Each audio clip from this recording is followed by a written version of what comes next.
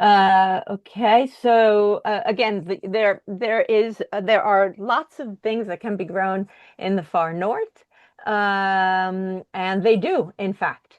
Veganism is thriving in the north, in Alaska, for example. In the longer paper, I have plenty of footnotes where you can find all that information. With the longer days and greenhouses and polytunnels, they have lots of light. Plants need light, and what an amazing place uh, northern latitudes are with lots of light. Um, no, it absolutely is, and there's lots of vegans and there's lots of things. Um, no, absolutely, we will not turn to cannibalism. Um, and I would urge you to read my piece in Current Affairs um, on in actuality, the humans have in our entire humanoid existence, less than 1% of our time on this planet has been in consuming animals on a farmed basis. All the time before that, the 99% of our existence on this planet has been not farming animals.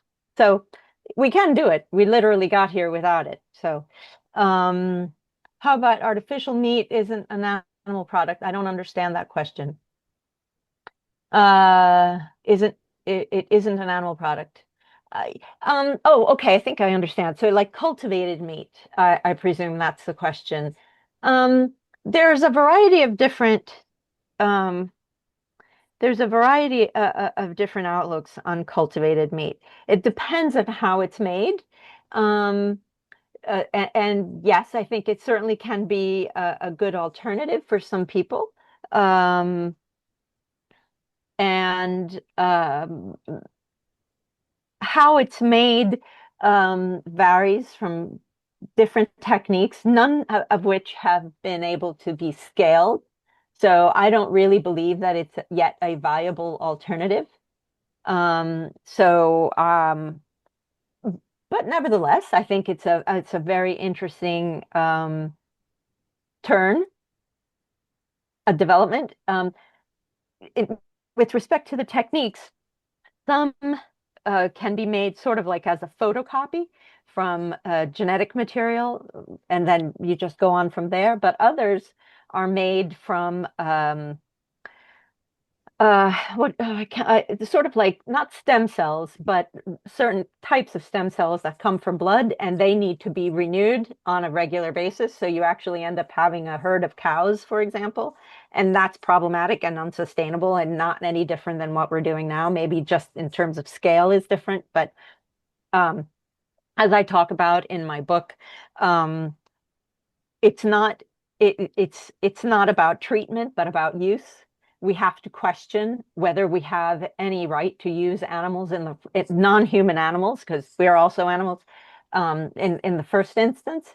And that is the real question, because once we start talking about treatment, we have already decided it's okay to use some other as an object, and that's problematic inherently.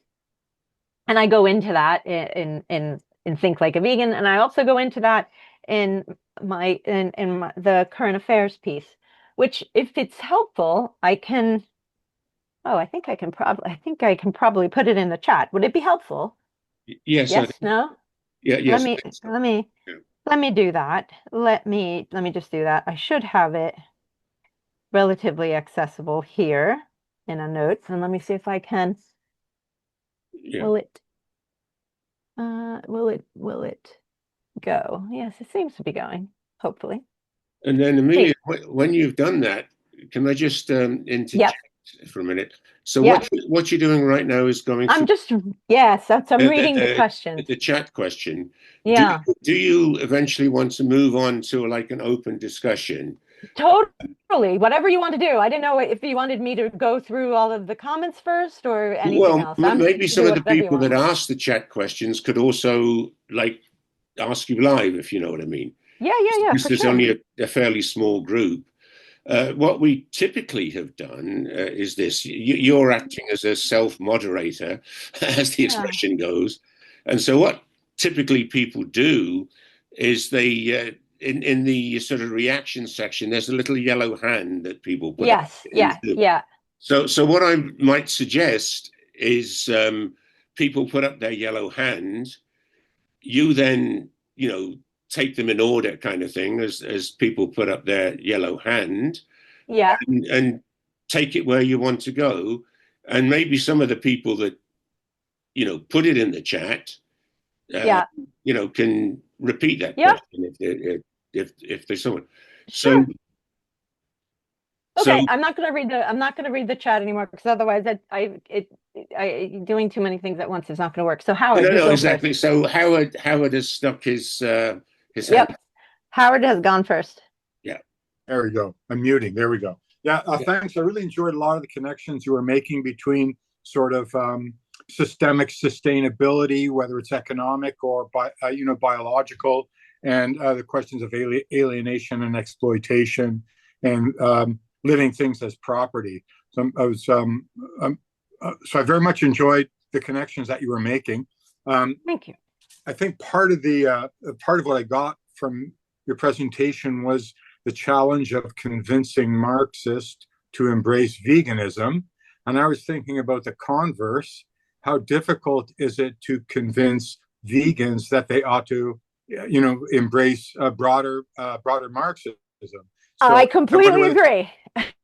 I completely agree. And in fact, um, I also have a podcast. I should have mentioned that. If you're into podcasts, it's also called Think Like a Vegan. And it's a slightly different, it's not your usual Q&A format. I let the guest speak on whatever topic they want to speak about, and then we sort of have a contextualizing chat.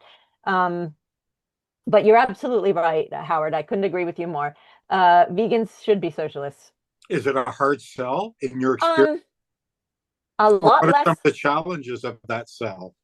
Well, that's a very interesting. That's very interesting, and and sometimes it's less of a hard sell than the other way, um, because you will already have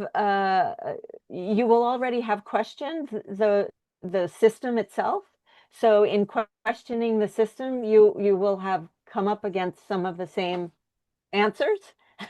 Um, but you do get sort of a very capitalist outlook on the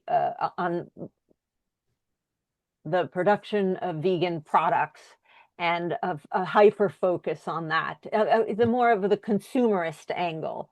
Right. Um, and the consumerist angle, and also you get, I mean, at the end of the day, we are living in capitalism, so we're all trying to, make our living and exist within the system. So you will have people who work within that system and obviously make products and sell products and all of those things. I mean, which is obvious.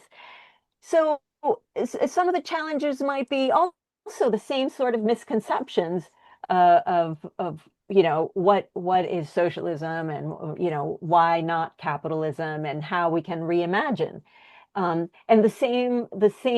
I love this question, actually. I'm really glad you asked it, because it really is that. It's that imagination, um, that sort of frozen imagination that everything has to be as it is right this instant, and it has always been like this always. So within it is, it's almost like an impossibility to imagine a world that is not capitalist. And for someone, it's also as unimaginable to say, oh, I could never be vegan. Um, and it just means it's just um, it's just the lack of imagination. And that's one of the things that I even talk about here, and lots of the scholars themselves talk about, and how we need just a little bit better imagination, that we can live a different life. And Although with, with vegans, you can just say, oh, well, I've been living as a vegan for whatever, 13 years. So like I literally exist. Whereas a different system literally doesn't. Right. I like your point too about potentially being catalysts for each other. But yeah, exactly. It is because it's a challenge. And it's a challenge to your preconceived notions, both of self and how you interact with the world, which is interesting because it's kind of like the kind of stuff that you've been reading on. And Rand, you also you were next, and then Victoria. But you're muted, so I can't hear you.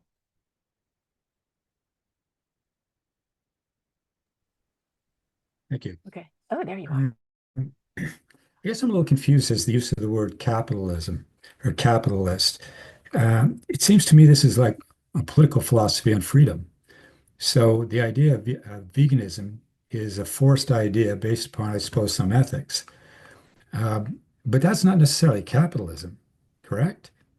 I mean, capitalism is an economic model for sure, but that doesn't necessarily entail freedom. It often does, and to be successful, it generally does. But you don't need to have like freedom to have capitalism. Am I correct? Actually, without freedom, capitalism would work even better. So then capitalism isn't the enemy.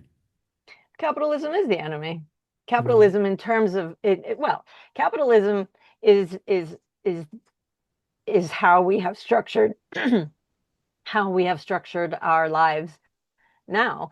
But I'm not sure that I'm looking at things via a lens of an enemy. So I'm not sure I understand your question. So what actually is your question? well, the question is that capitalism is just a method of production. It's an economic system.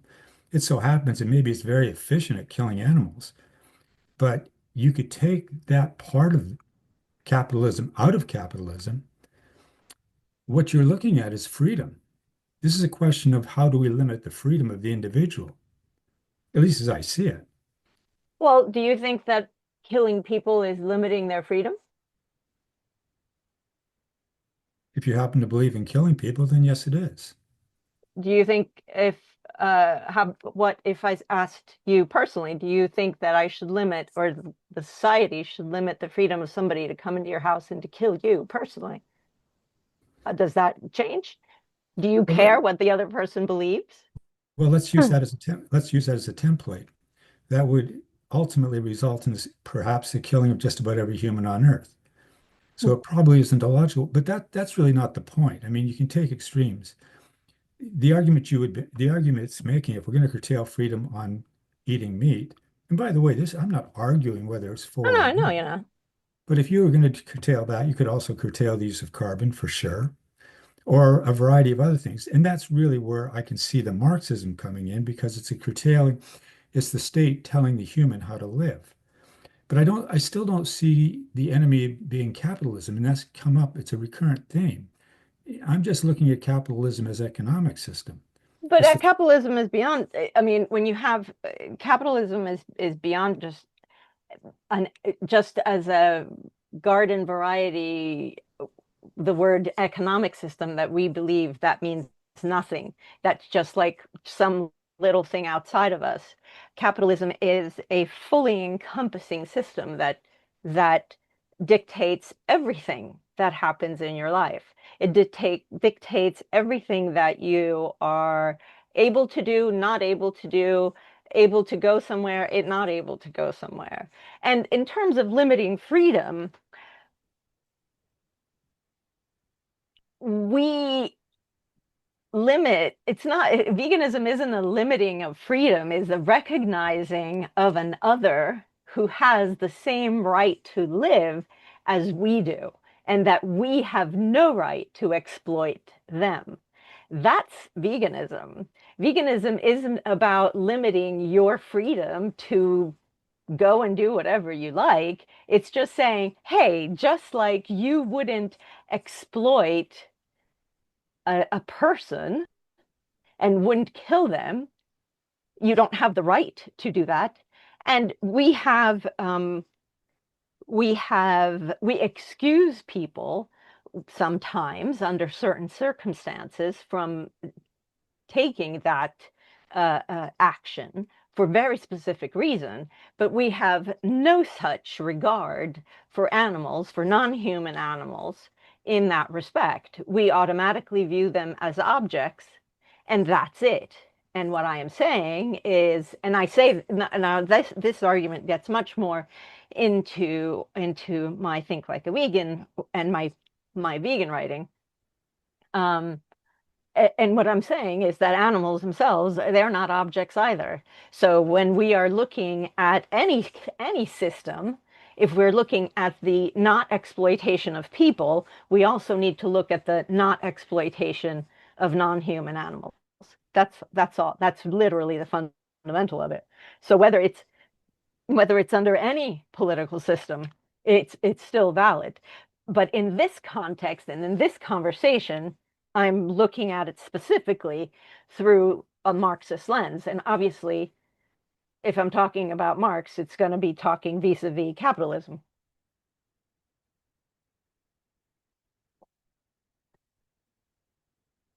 Victoria, I think, oh, yeah, okay, Victoria.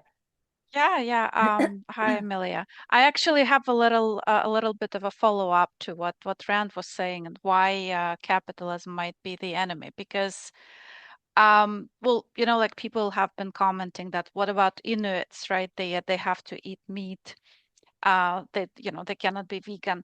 But the thing is that capitalism has put meat on some kind of a conveyor belt, right? So it's like you've got this mass production, right? Where you're right, like those poor cows, they do not see the sunlight. Those chickens and turkey, they're like stuck in those inhumane and in humane conditions. So it's like if you think about like the olden days, right? Okay, so people had a cow and they kept this cow for a while. The cow was kind of like member of the family. So it wasn't just an object that, a piece of meat, but they treated her well. They treated like at least like a pet. And maybe it's not, like Emilia, from your point of view, maybe it's not appropriate either, but at least it wasn't what's happening right now in the capitalist world, right? Because yeah, Inuits have no choice but to hunt for I have to animals. stop you there because Yeah. that's not true. Okay, that's Literally, not it's part of my okay. research. As part of my research, I looked into that quite in depth. Okay. And All right. in fact, this whole idea that traditional or native people and so on and so forth have to live a certain way, that is actually mostly because people make assumptions of what it is that those people do or don't do. And the actual research shows that traditional foods only make up 1% of the total food intake. 1%. And there is actually a thriving vegan population within the the northern latitudes. So that is literally part of what I was talking about. But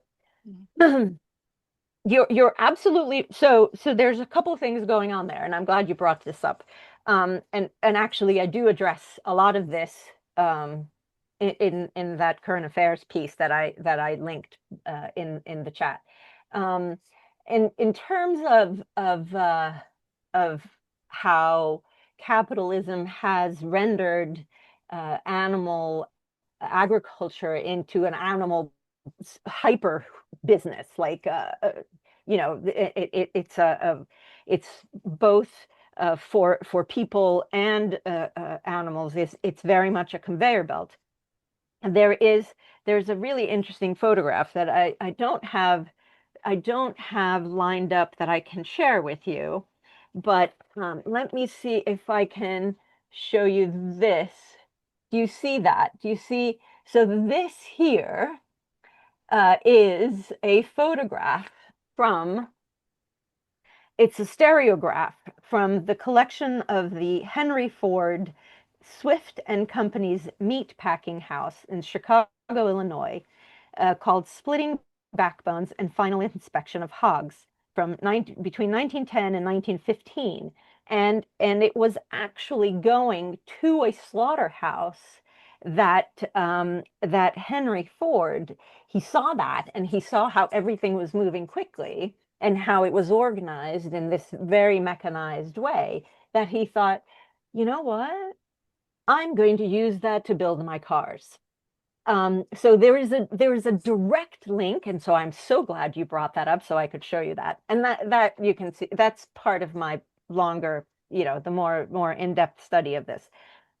So there is that, and capitalism certainly has, in terms of quantity, has increased the number of animals that are part of this machine. It's stratospheric. And you're absolutely right. In the past, people had smaller farms and so forth. But this idea that they treated their animals as part of the family, I don't know, maybe you like your family, maybe you don't, but maybe you have your chosen family. Would you have your family up to a certain point and then say, you're going to get killed today? It was very nice to have you here. I feel so sad. Boo-hoo, wah, wah. But I'm going to take you to the slaughterhouse anyway. No, please don't take me. Oh, well, we got to eat. Like, you have plenty of other things you can eat, like lentils. You can eat like everything else that is in the food stores that you go to every day. But no, you got to eat the cow. So I would say, from an ethical basis, it doesn't matter. It doesn't matter if it's a large farm or a small farm. We have no ethical basis upon which we can base our using animals. And you were right. You foresaw that. You knew exactly I was going to say that. So you're not surprised. Um, so so yes, on the one hand, capitalism, and as Marx said, in when he wrote about capitalism using up both the earth and people, yes, that is exactly what is happening now. Certainly, in terms of animal agriculture, it's this like continuous, massively expanding thing, that has a tremendous amount of impact on the environment, on the earth that we live on, and that we have no other choice. So it will have an impact on us irrespective. And Shashir? So I, Oh no, I'm sorry, I you weren't actually finished. didn't Go ask ahead. my questions. Oh, okay. I just followed up on what Rand said. So, Mm, the question one is artificial meat. yeah. Supposing there is artificial meat, I've already heard about the procedure where they Mm, coax living cells to grow into a mm. steak. So they don't kill the cow. They maybe pinch a cow to get the cell, which we also do with people when we, do something for the people. So provided we have this kind of ethically correct artificial meat, what would you say about that? That's the first question. And the second question is, I've been listening to your philosophy, and I'm hearing Immanuel Kant, and I'm hearing utilitarianism more than Marxism. No, I'm So, definitely not a utilitarian. No, that I'm okay, absolutely not a utilitarian. That is not, that's 180 degrees from where okay, I'm at. Uh, okay, that's because interesting. because that has nothing to do with individual happiness, or the happiness of the greater and everything like that. Absolutely not. So I'm surprised, but okay, maybe in this context, that's how it comes out. Certainly, if we were talking more, if I was giving a different presentation, maybe you would hear something different. I don't know. So just that one's easy. Um, but yeah, in terms of the artificial meat, it depends on how it's made. It depends on how it's made. If it means that we have to still continue to use animals, then that's a no for me. But if there's some way that people can have steak because they still like it and they want it, okay. And if it can be made in this way, fantastic. We're not there, so I think it's a topic. You see, and I think this is actually very much a capitalist thing. It's this like new product that people want to talk about, and it's like all this investment has gone into this. So it's like a very tech bro kind of space, and people are like, yeah, we'll build these vats and all this stuff, and we'll invest in this and in that. So that's more capitalism than actual practical things. Because we could also say, hey, why don't we look at how else we can farm? Why don't we invest all this money on figuring out how we can sustain farmers who are in animal agribusiness right now and shift them into different kinds of a living, and let's sustain them to do that. Let's shift some of the subsidies. Let's shift some of the investment. And mind you, that is going on, and there are people investing in that. So that also is going on. So that's great. But I also think it's a little bit like a cool, shiny new thing, like new technology thing. And so it has this sort of a sex appeal. But until it's actually more practical and we actually make more practical advances that everybody can benefit from, then I'll get excited. Thank you. Thank you. No, great questions.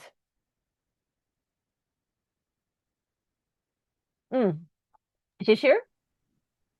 Thank you, Emilia. That was a wonderful talk. It kind of connected Marxism to what exploitation means, not only to human beings, but to animal life and to the environment.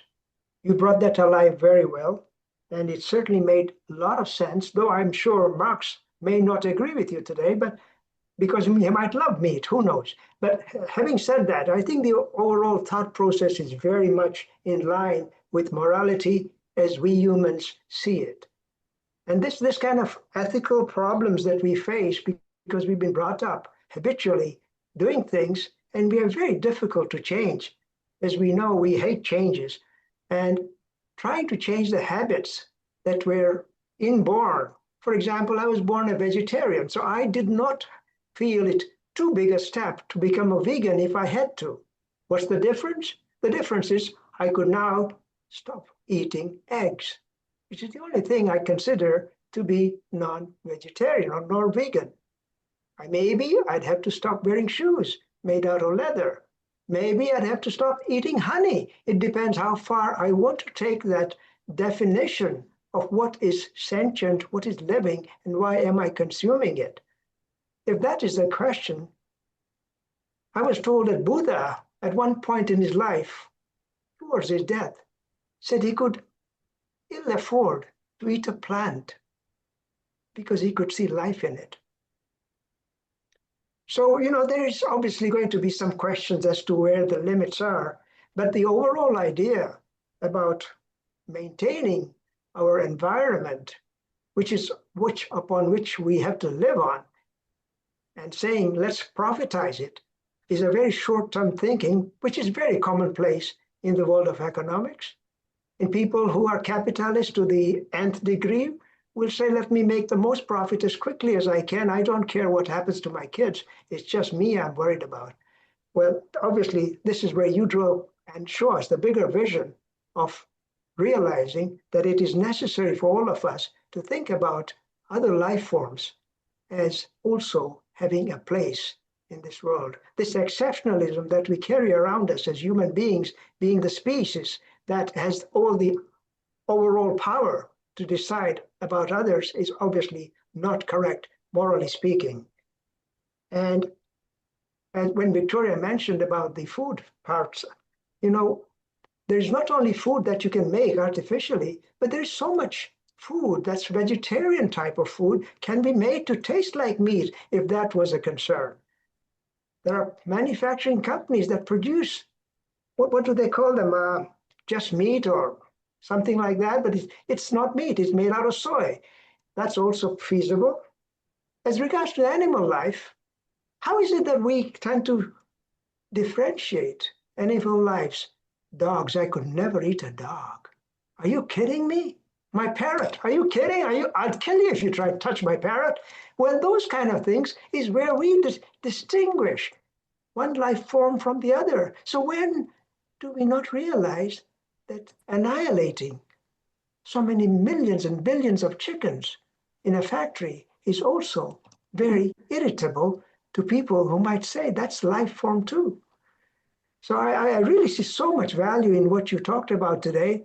And I'm not going to dispute when you said that you support the fact that freedom, if left alone, is anarchy. Anarchists would say that's, but I'm not going to, I'm not going to get in, I'm not going to get into that because I'm not an expert on anarchy, No, but I but really there's wanted to. value there too. But no, I appreciate your comments. Oh, absolutely. Thank you. Yeah, I mean, you know, the if you remember the slide on the New York Declaration of Animal Sentience, and actually I should say, let me see if I can, I have, here, I have a great book, and it's called Animals as Legal Beings by Manisha Deka, who is a professor in, she's in Canada. Yes, she's the Lansdowne Chair in law at the University of Victoria. And actually, she was also on my podcast. She talks about sentience as being an insufficient, even sentience as being an insufficient marker for how we should be defining life and how we should be organizing ourselves. She said that she uses the word beingness. So there's different types of being and so on. And it's really fascinating. I highly recommend it. Um, and I think it's true. I mean, we look at, a sentience, uh, as I talk about it in my writing, sentience is that wanting to live that one more moment. It doesn't mean that it doesn't mean intelligence. It doesn't mean beauty. It doesn't mean being capable of doing X, Y, Z as a 3-year-old or a 6-year-old or an 8-year-old. It doesn't matter. Any of those things are all external. Like every animal, us or other animals and insects and mollusks, we all want to live. We all want to live that one more moment. And that's the essence of sentience. For a sentience, for it to be a practically, for a term that can be used fairly, in the most basic sense, that has to just mean that. Otherwise, it becomes self-serving. And also, you said, so you pointed on human exceptionalism, and human exceptionalism, which has a slash, um, or human supremacism, human exceptionalism, or speciesism, where we differentiate species in a way that benefits us. And yeah, those are problematic. I mean, if we reimagine the world where we didn't do those things, maybe we would reimagine a world where we would relate to one another even differently. So, yeah, that's my hope. Can I No, share one little story? how about Henry first, because he's been waiting a long time, and then after. Unless I want to also make sure I give everyone a chance. Henry, hi, Well, and thank you, okay. Shishir. Do you hear me well? Yes. Okay, excellent. I'm just wondering because the animals' existence based on consuming each other. So a lion doesn't eat by beliefs, and the proverbial tiger doesn't hunt insects. Well, actually, insects are included. So, my question is, why are humans, when you're selected for this particular veganism, I would say, I would call it religion, but It's something definitely like not that. a religion. It's definitely not a religion. There's Definitely no not. Right. Definitely not a religion. But I Right. mean, But it all, if that's what you okay. want to call it, whatever. You're free to do whatever you like. It's Right. certainly not a religion. I am not a religious person in the slightest. Um, why humans? Because we have choices. Uh, we make choices every day. We go into the store and we buy different things. We go into the field and we plant different things. We take up a spear and we decide whether we're going to kill or not kill. The tiger doesn't have that. The tiger is an obligate carnivore, as a feline is an obligate carnivore. The panda bear is not a bear, but still, the panda eats bamboo leaves because that's what the panda can eat. The panda, through biological evolution, can only eat the bamboo leaves. The koala, the eucalyptus leaves. We are biologically, we're omnivores, and omnivores means that we can, as in our biology, we can eat a variety of things, right? Let me tell something. Yeah. So what do you mean animals have no choices? Okay, let's But, assume that. But why humans are free to make choices or not to make choices? So if I want to sure, make a choice, I'll do. But if I don't, I won't. you can certainly So choose to be a sexist. You can choose to be racist. You can choose to be bigoted in all kinds of ways. Yes. And we can choose to kill. We can choose not to kill. We can choose a variety of choices, which may be good as a whole or maybe bad, depending on where and what society we're living in. Yes, we make choices. I cannot force you to change your mind. You choose to learn something and change or not change. Um, we do that every day. We choose every day. We choose to cross the road. We choose not to cross the road. We have. that's right, but I've seen the situation when animals can make choices too. I wouldn't How? discriminate animals. How? Well, they can What do kill you mean? and they can live Yeah, alive. So there I'm are not lots of sure. choices. Well, there No. are lots of situations when animals have a choice to kill the other animal, or they don't, or they do. So it's a choice. Animals have But they choices don't as have a well. moral. No, not really, because you have the choice to eat a banana and a lentil dish, or you Yeah. have the choice of killing another sentient being who has a right to be alive that you don't have a need, you don't have the necessity to do. Whereas a tiger and a lion and whoever else, they have the need to, they only can eat that. They can eat the antelope, Right. they can eat the whatever. Okay. I hear But you, but you're not a lion. You're not a lion. I'm not a lion. I'm not a panda. I'm a human who can make choices.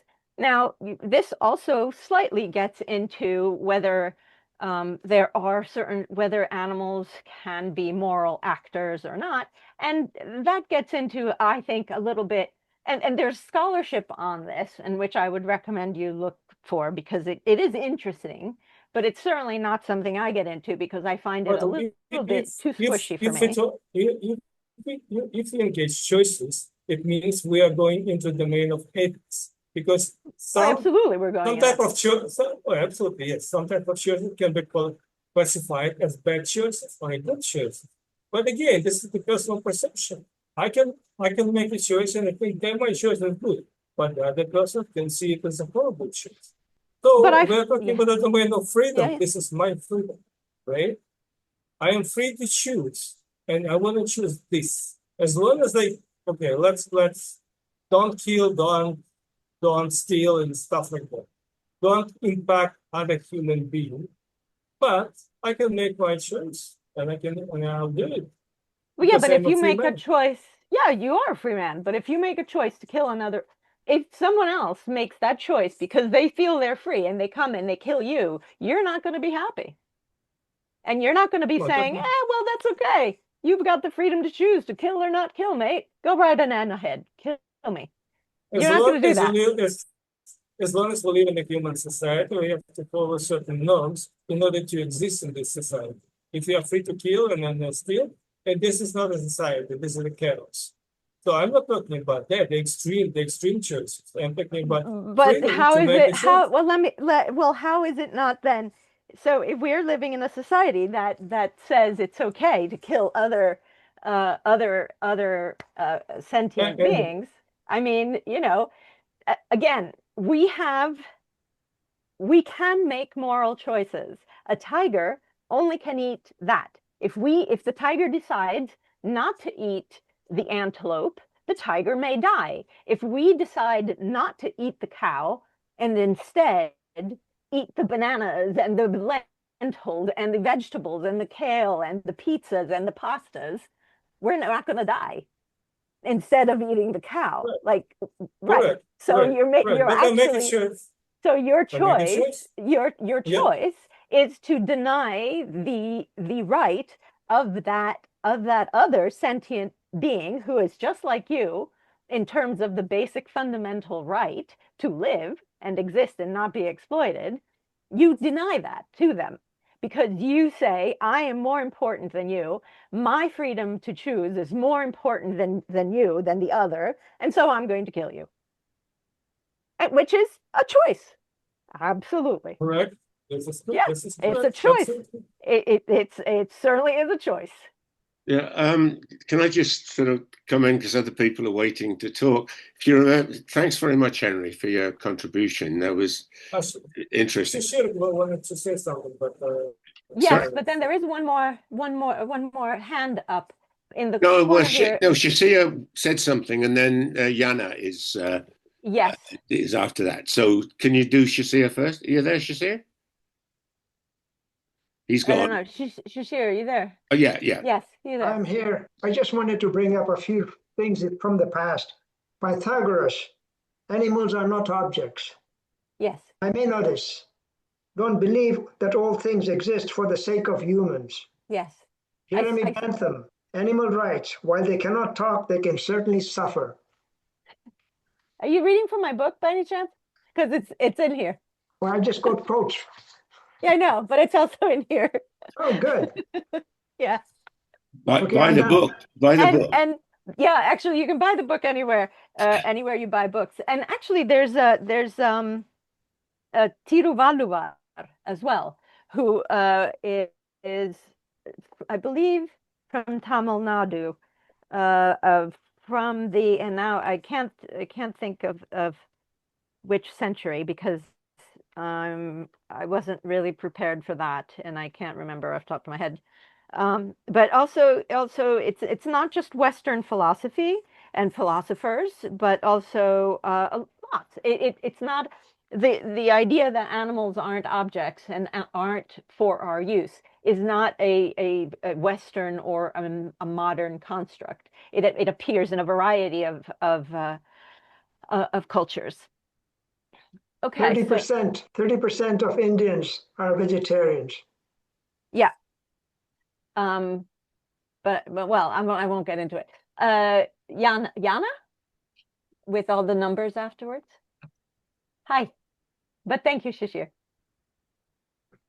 Hi.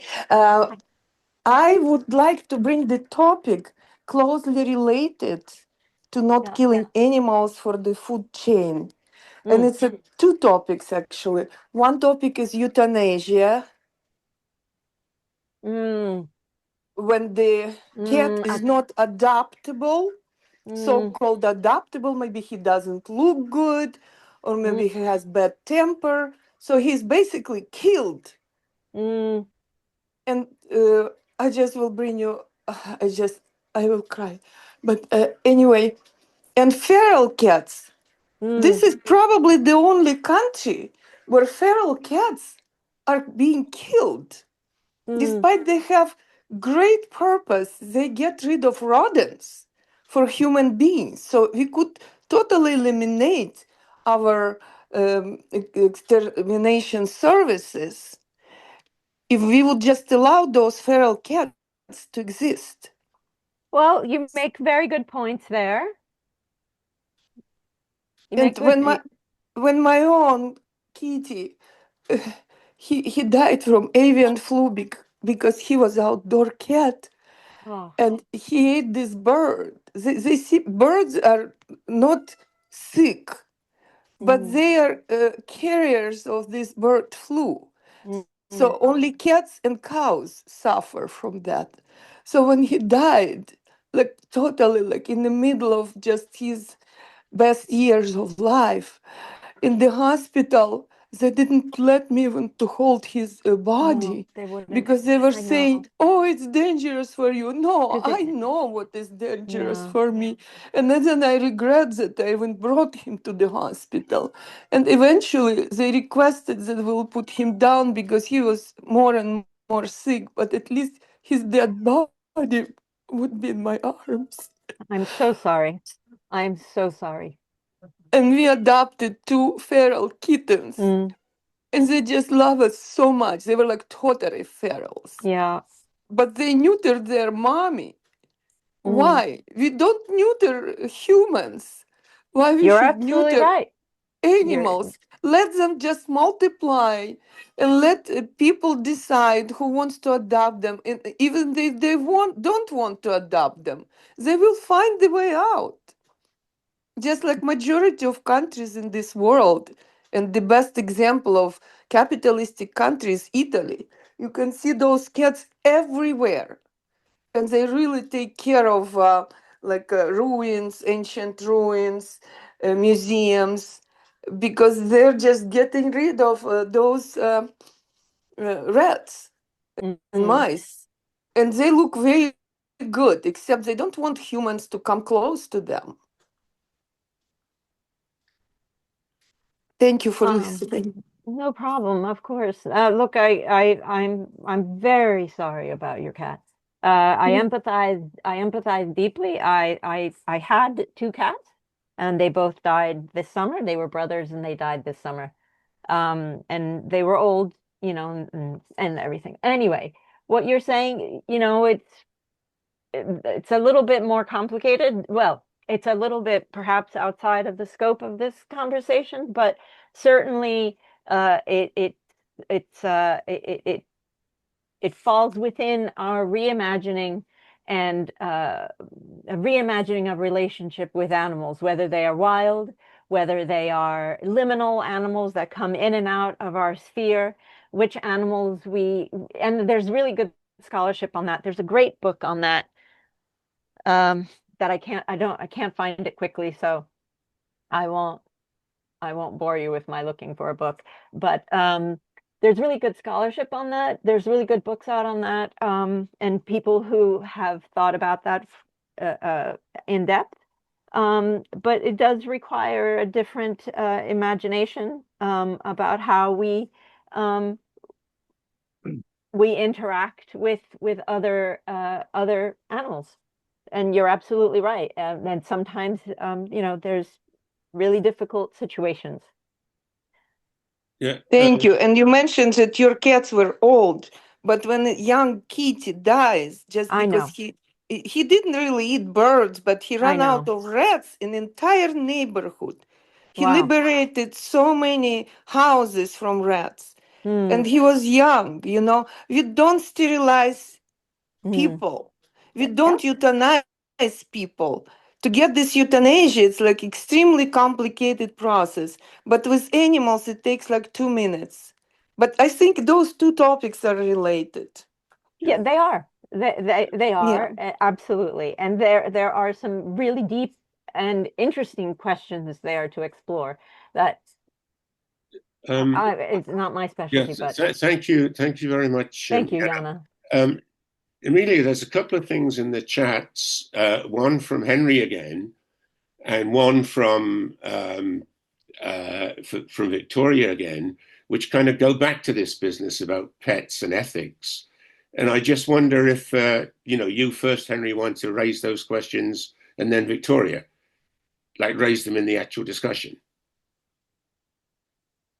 Okay. Question. We have pets, dogs, cats, iguanas, crocodiles sometimes. Some people have snakes. But anyway, let's take cats. Cats cannot consume vegetables. They cannot consume plants. Cats need meat. So we have to feed them, if I understand, as well as dogs. Well, dogs can exist on some kind of substitution, but it's going to be a miserable life. So what are we going to do with this one? With our pets? Let's imagine we're all vegans and we don't consume any animal products. However, we have our pets. So we have So, to. yeah. Well, there's actually really good science on that. Dogs are omnivores, just like we are, and they can absolutely thrive on a vegan diet. There's total science on that, and the various associations of veterinarians have written plenty of that and actually have said that dogs can absolutely thrive on a vegan diet. One. Two, and I know plenty and there's also plenty of actual vegan pre-prepared dog food. But I'll also talk about the actual food itself. Two, cats can also be vegans, and there is beginning to be good science on this.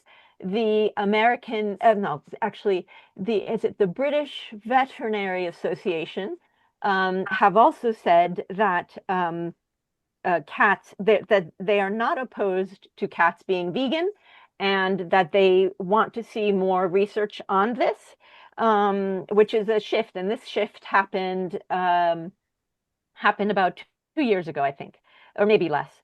And so there is good research being done now.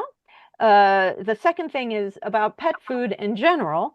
Pet food for food for cats and dogs is engineered unless you're making it yourself. All of this food is engineered, and it's engineered to have specific quantities of proteins, carbohydrates, and all of these different things.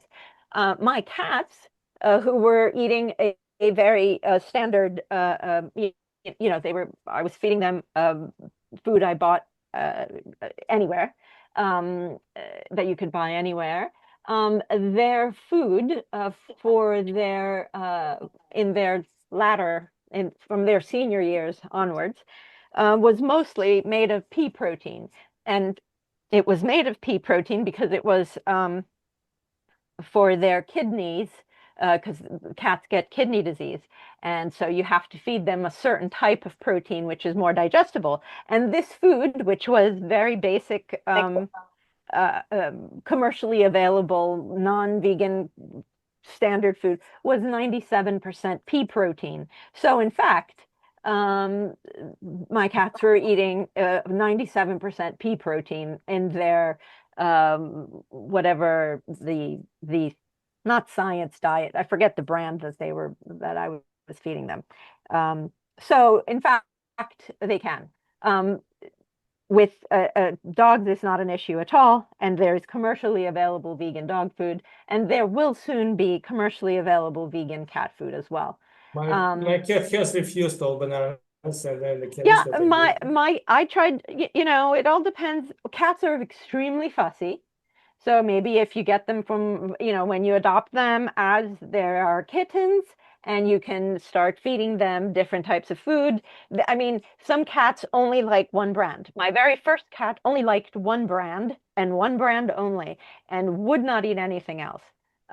So even when I moved to the UK, I had to find that same brand or something that was similar to it, and that was a big giant palaver.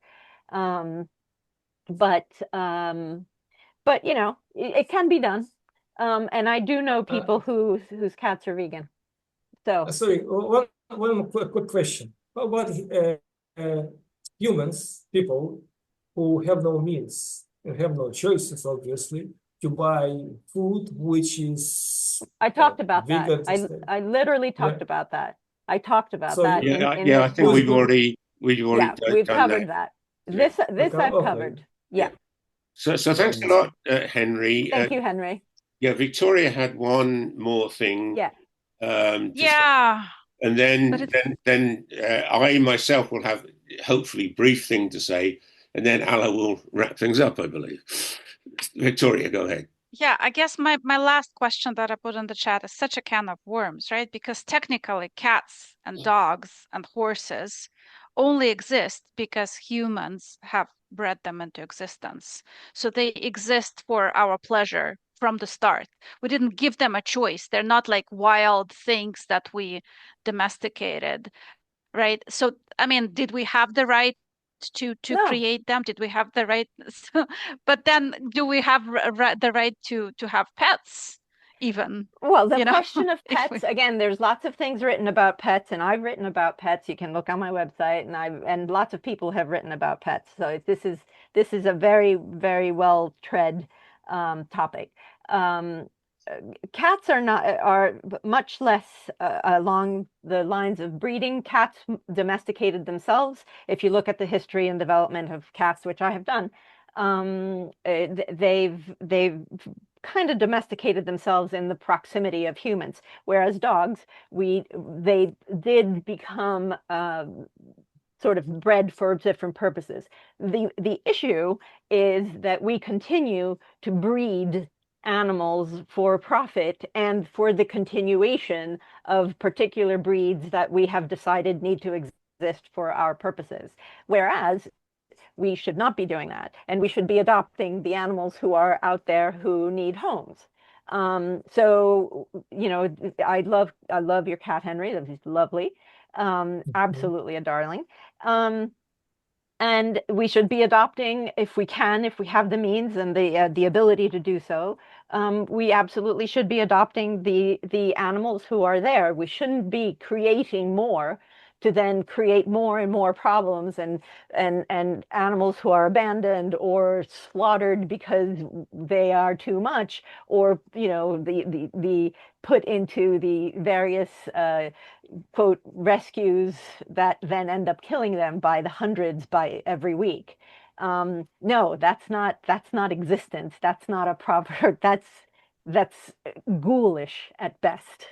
So it's not really a can of worms. It is a can of worms when you start actually facing the various things that we are doing and saying, I'm going to take responsibility for that, and I'm going to opt out.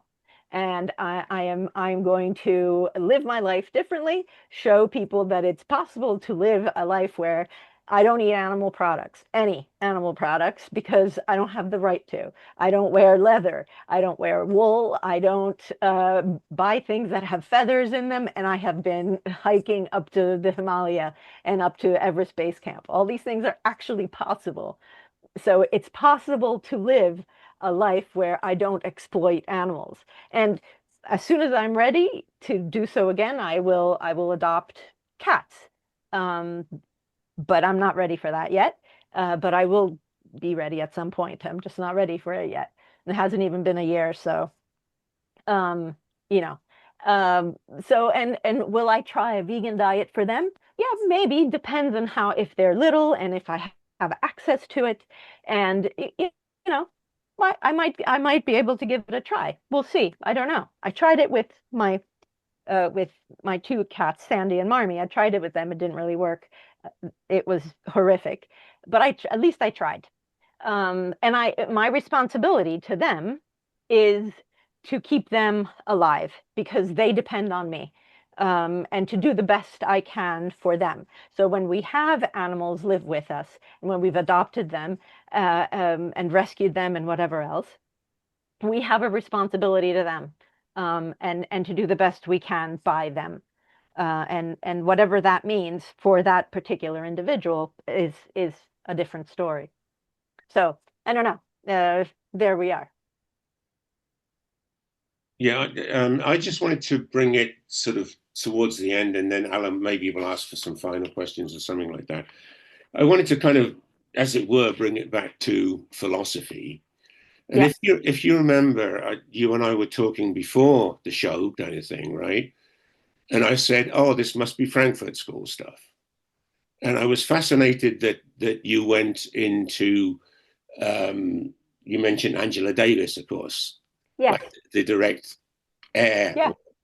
Yes, absolutely. of the Frankfurt School. And you mentioned Gramsci at some point, like a forerunner, as it were, of the Frankfurt. Yes, but in terms of hegemony, really. Yeah. Yes, and that's why I think that you have a trouble with other Marxists, because I don't think that this view would be sustainable within classical Marxism per se. Cultural Marxism had to sort of take off and depart, as it were, from classical Marxism.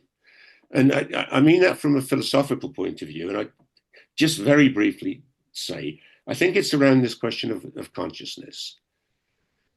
Obviously animals do have consciousness, but I think that classical Marxists and, Aristotle before that and Aquinas before that would have privileged the human version of consciousness on the grounds that intellect is different than consciousness.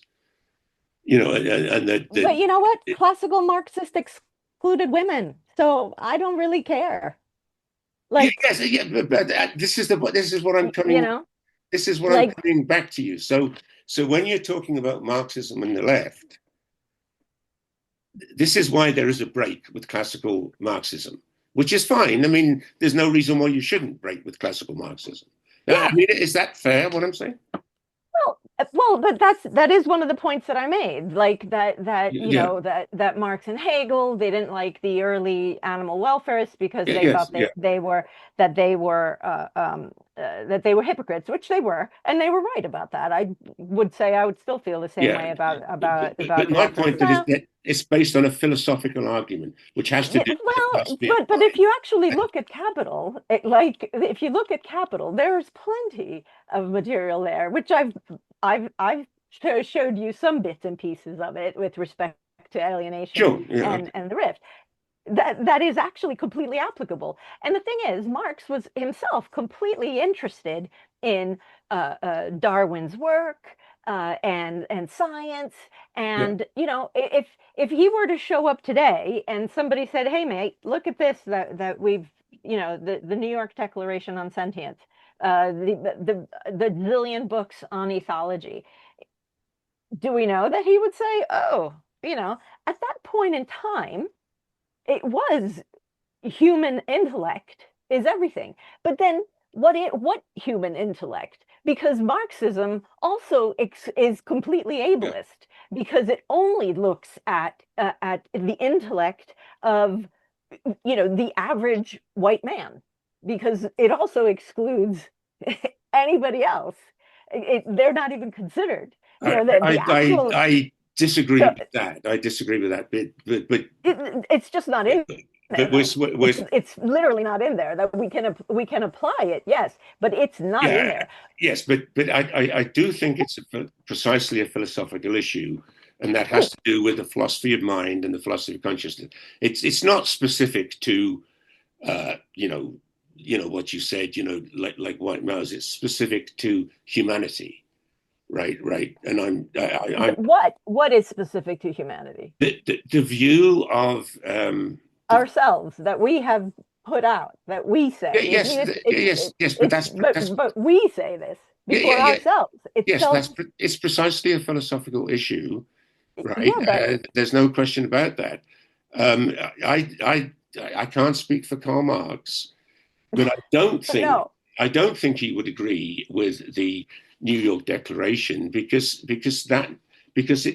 it does not address certain of the historical philosophical questions to do with the difference between the intellect and the senses.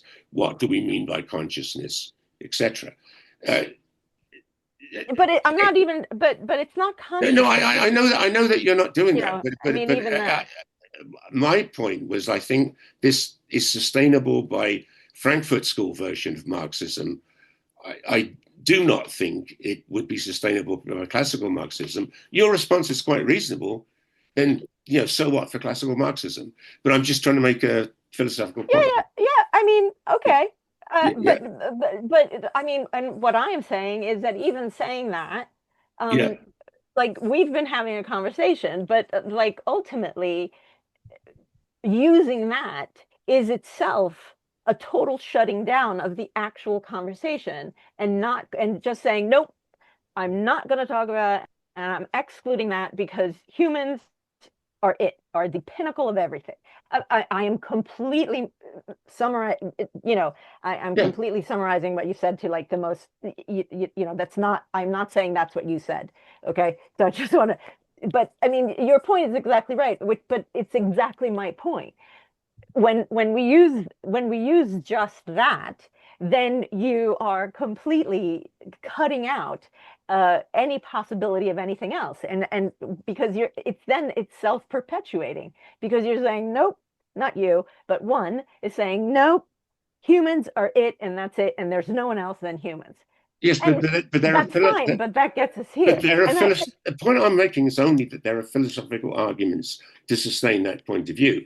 yeah, sure. Yeah, and so Well, yeah, Yes, and there's philosophical arguments to sustain the other view. Yeah, precisely. Then we're just having a Yeah. conversation. Totally. Howard has one more question, I think. Alla then will then wrap up. But Alla, I think typically we if people want to sort of assuming Emilia is it is almost 2 o'clock in the John, morning. you promised to be brief.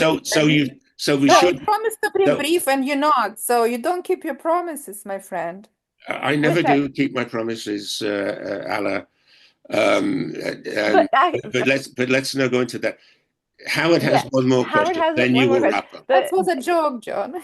It was just a comment. I was gonna say, just as with sort of any doctrine or philosophical body of philosophical work, it's, what do you want to focus on, and what do you want to take, and what do you want to leave? What do you want to foreground from Marx? You want to foreground alienation and the inevitable destructiveness of capital, or do you want to foreground human consciousness? So I would hope that there are classical Marxists out there who would retain enough of the classical doctrine or view at least some aspects of the doctrine as central and able to accommodate a veganism. So as I say, with all doctrines, it's probably what we want to foreground, or what we choose to foreground, and what we might relegate to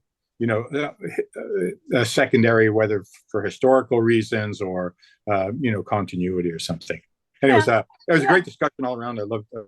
No, it was really good. And I just want to say, John and Alla, again, thank you so much for inviting me back. I've really appreciated this. And it's amazing that I'm actually this coherent at 2 o'clock in the morning, having had a full day before this. So I really appreciate it. And it's my being this awake is a testament to all of you who have been asking questions and have been engaging in conversation. So I really appreciate it. It's a fantastic group, a really fantastic group. Just kudos all around. Oh, thank you, Emily. Thank you, Emilia, that you found time and energy and had this a great, amazing presentation. I want to wish you I know it's a second edition of your book, but a great success. Thank you so much. Achieve your goals. And it really was a very diverse presentation. It was a lot of questions and a lot of perspective, which maybe helps everyone to find their point of view. And thank you for the group who had those great input. And we had a great time and hope to see you soon again. Absolutely. Thank you, guys. Thank you so much. Bye. Thank you. Thank you.